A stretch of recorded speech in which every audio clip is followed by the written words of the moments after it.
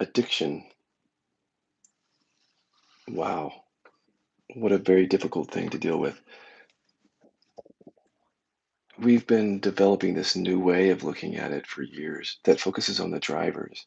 So maybe you're dealing with addiction, you've already been in 12-step programs or some other program that might be focusing more on the behavior, like focusing on can you get some time clean, let that be the measure of your success. But some of these programs, what people are experiencing is that first of all, they may not be able to be abstinent. It's because the drivers, the trauma, the emotional pain is so strong that they feel like they need to use something. So even if they have a desire to stay clean, the body keeps the score. When the body wants something, it wants something, and it comes up as a compulsion. So maybe the abstinence just isn't working. And for other people with the abstinence, they're miserable. Not everyone. Some people remain abstinent and they have a pretty good time in life. They're okay. But a lot of people who are abstinent, it's like the dry drunk thing, right? So I'm not drinking today, but I've got anxiety through the roof. I'm not drinking today, but I'm watching porn all the time. I'm not drinking today, but man, I've got a lot of trauma.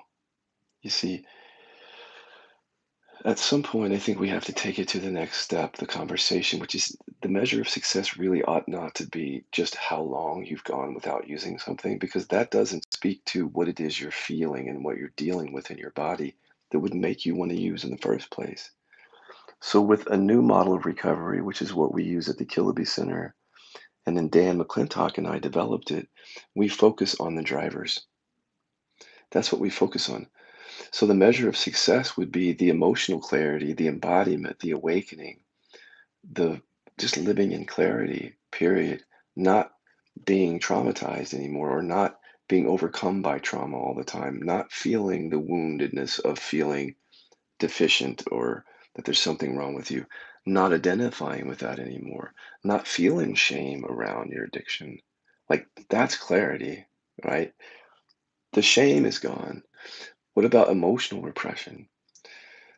The science is so full of references to emotional repression as a driver to addiction. So let's talk about that for a second. Even though science has said that, we don't really have the practices yet. We do in the Killaby inquiries, but across the world, there haven't been good practices with releasing emotional repression. Um, yet I think what you'll find is as you come into this work and do emotional repression, it's one of the most powerful things to work on when it comes to addiction. Truly powerful. It's been surprisingly powerful in my life. Let me just tell you a little bit of this so you can kind of catch on to this. We've always said in the new model of recovery that things like trauma, deficiency stories, shame, and even chronic pain, emotional issues generally are the things that drive us and keep us in compulsion, right? So we've known that for years. But emotional repression is this thing out there where we haven't had up until now really good practices to uproot it. And let me just tell you the story of what happened to me during the chronic pain so you can see how dealing with emotional repression helped with addictive tendencies really more than anything else did. You remember, if I've told the story, I had massive chronic spine pain for about 2 years. And after 2 years of just kind of resting in awareness with it, I started to do deep deconstructive inquiry and I made contact with a repression of anger and some other repressions of emotions and thoughts that were making this pain bad. And the science supports that too, that emotional repression can become physiological and end up as chronic pain or illness. So I was dealing with that. And so when I was doing emotional repression work, it was simply because I was in pain. Like literally doing deconstructive inquiry on any given day on that repression would be a pain reliever, immediate pain reliever, and nervous system regulator. And then, but in the end, as I continued to do it, the pain went away. But what was interesting about that is that there were a few little compulsions that had come up during the time that I had pain. So a few little sexual things, nothing big, just a few little.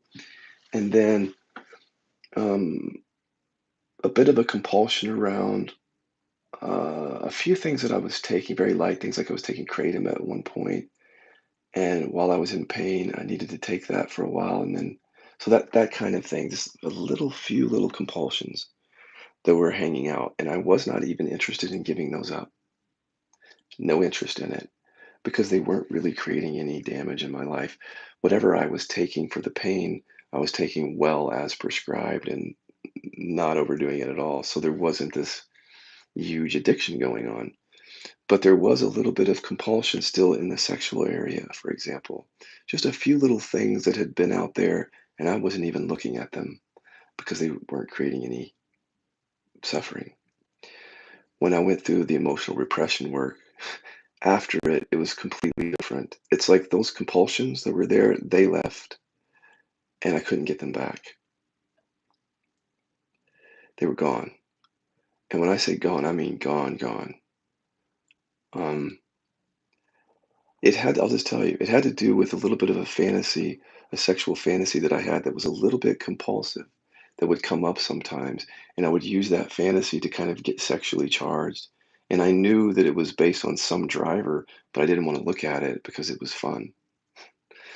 But it wasn't anything like the compulsions I had before. It was just this little fantasy. And without doing any work on the fantasy, just did the emotional repression work. And then after that, I could not even bring it up. And that's not a coincidence.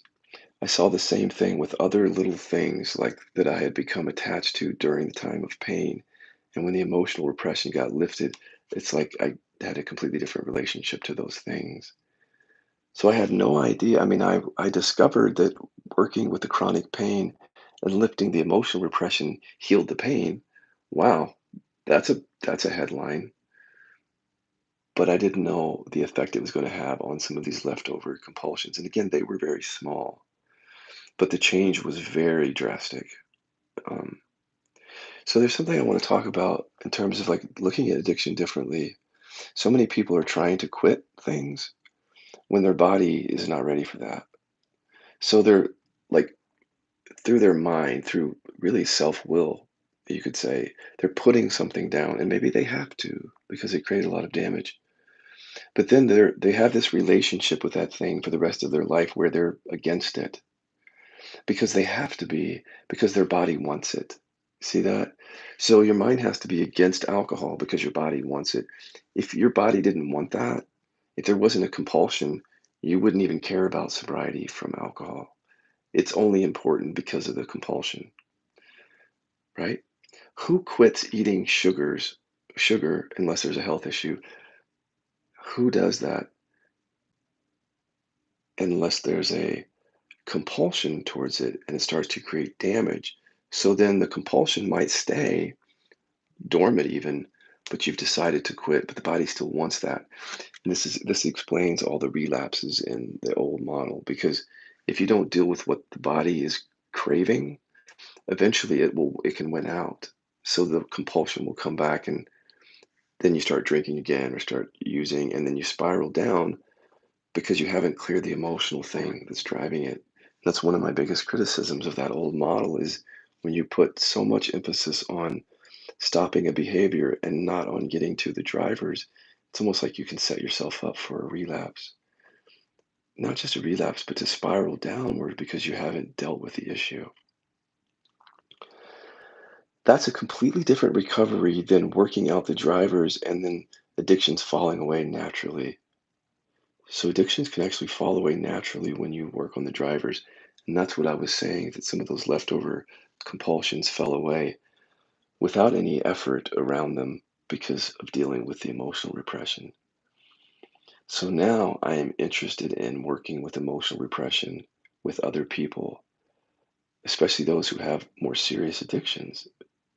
Because my thought here is that the science is correct and that now we do have tools to lift these repressions. So imagine that when I first opened the Kilby Center for Recovery, a lady came to me who was very high up in the Betty Ford Clinic administration. She was close to the top. I don't remember where she was, but she was aware of my work and she was frustrated with Betty Ford at that time because they were focusing on the wrong things. She said they were. focusing on sobriety only, not getting to the root, to the trauma. And she said, Scott, your work provides an opportunity that I've never seen before. And she said, and it's not just about trauma. And I totally agreed with her. She wrote a big circle on my, at the Killaby Center, she went to the bullet or the erase board, white erase board, and she drew a big circle like this. And she said, this circle represents our entire experience. She said, but there's only a small part of it that's truly driving the addiction. And she made a little dark circle there. And she said, and that's repression. And she said, if you lift the repression, like you're starting to do with your work, if you lift that repression, that gets right to the issue of addiction. And then shortly thereafter, she quit Betty Ford because she was this frustrated at them not focusing on. So I resonated with what she said, but I had to go through my own repression work after that to grok it. So grokking it is different than knowing it intellectually. Once having gone through the repression work and actually seeing the changes, that's where the rubber meets the road, right there. So what I would say to you, if you are someone who's been working with addictions and struggling, before you even come to me, go on the internet and research the connection between emotional repression and addiction. There's research out there that says it's a major contributing factor.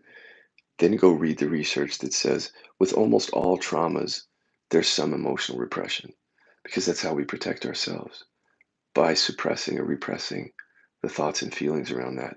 So all of that is stored in the body. Mostly, there's a mind-body connection, but it's stored. You could say the feeling of it and the energy of it is in the body. And there's the repression right there. Whatever it is you repressed as a result of trauma or otherwise is being held in your system, contributing greatly to the addiction. So hear me out. If the way that you're recovering isn't working for you, meaning you can't stay clean, or even if you are clean, there's something missing and you could feel it. It's like something isn't being addressed. Go read that science and then come to work with me or come listen to us talk about a new model of recovery because we're going to be focusing on the science. We're going to be actually following science instead of conjecture or spiritual conjecture or whatever. And the science says that repression is a big part of this. Now we have tools to lift that up and release that. If you're ready and for that deeper work, come and hang out with us because we're about to launch a new model of recovery publicly. Dan McClintock and I, it's going to be coming out soon. So go to my Facebook page and watch for updates on that. Yes, being addicted to anything for years can leave an imprint. There's all sorts of stories and beliefs and things around that. So I wouldn't know what those imprints are, Serena, until we went into inquiry.